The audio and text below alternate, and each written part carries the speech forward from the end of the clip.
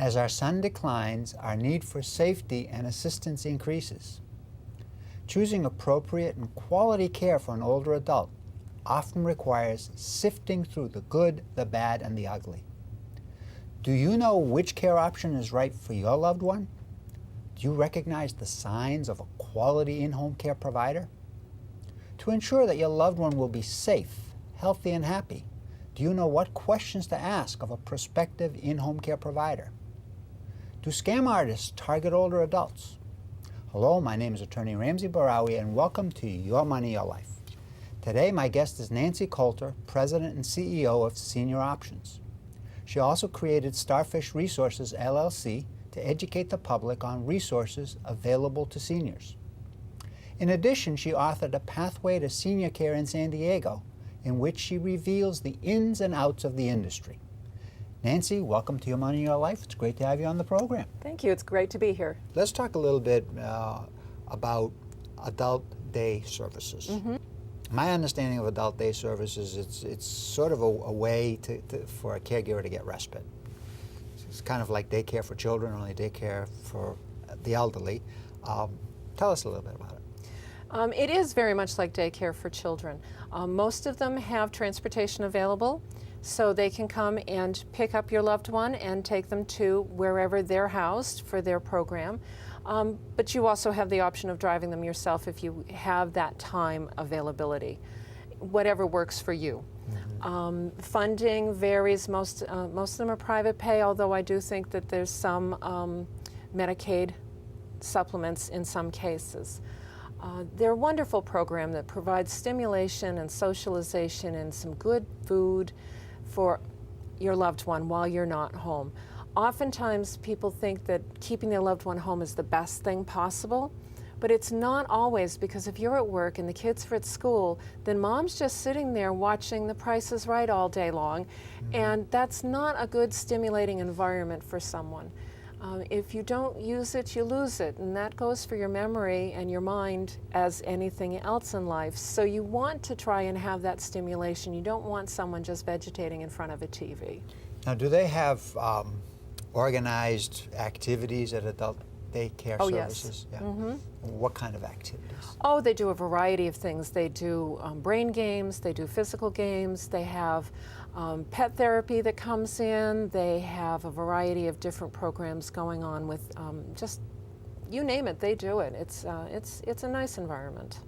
And for what period of time does one attend adult day services? Are we talking an hour or 5 hours or an 8-hour day? How long does one go for? That's also pretty flexible. So whatever works for the family, you can maintain a schedule and it can change as needed.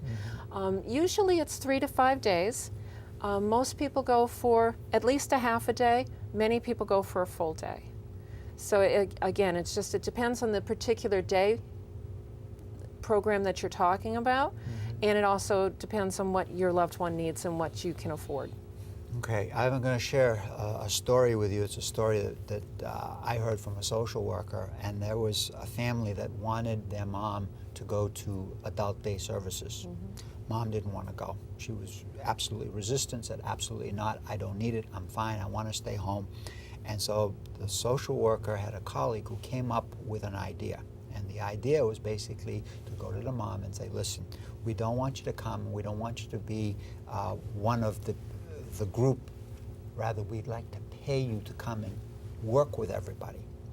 And what the family would do is they would take and they would put money of their own in an envelope, put their mom's name on there. They would give it to the social worker, and at the end of the week, the social worker would give it to mom, and that's how they got mom on a regular basis to go to adult day. What a great idea. Isn't it? That's very clever, yes. You know, so, I mean, it worked. She was happy to go. She thought she was being employed. Mm-hmm. Oh, well, we all have that intrinsic need to be needed. Right. So that's a perfect solution for that. I think that's a good place for us to stop. The number of Americans over age 65 is increasing dramatically. The effects of aging, such as reduced vision, decreased muscle strength, reduced mental processing, increased risk of falls, and reduced mobility, is likely to affect each one of us in some way. As such, deciding where to live in our senior years is influenced by factors such as our health, family assistance, personal finances, and home modification. Scams abound at any age. However, older Americans are more vulnerable to financial exploitation. Be aware of telemarketing scams, identity theft, fake check scams, and home repair fraud. Take steps to minimize the risk of becoming a victim of any such scams. Also remember to educate yourself about resources available to seniors. A good place to start is by visiting and touring both the senioroptions.com and starfishresources.net websites. Visiting these websites will make an appreciable difference. In closing, I'd like to thank my guest, Nancy Coulter, founder and CEO of Senior Options, creator of Starfish Resources LLC, and author of A Pathway to Senior Care in San Diego, for her participation on this program. Nancy, thank you. It's been a pleasure. Pleasure's been all mine. And thank you to you, our viewers, for watching Your Money, Your Life. My name is Attorney Ramsey Bahrawy, Building Your Trust.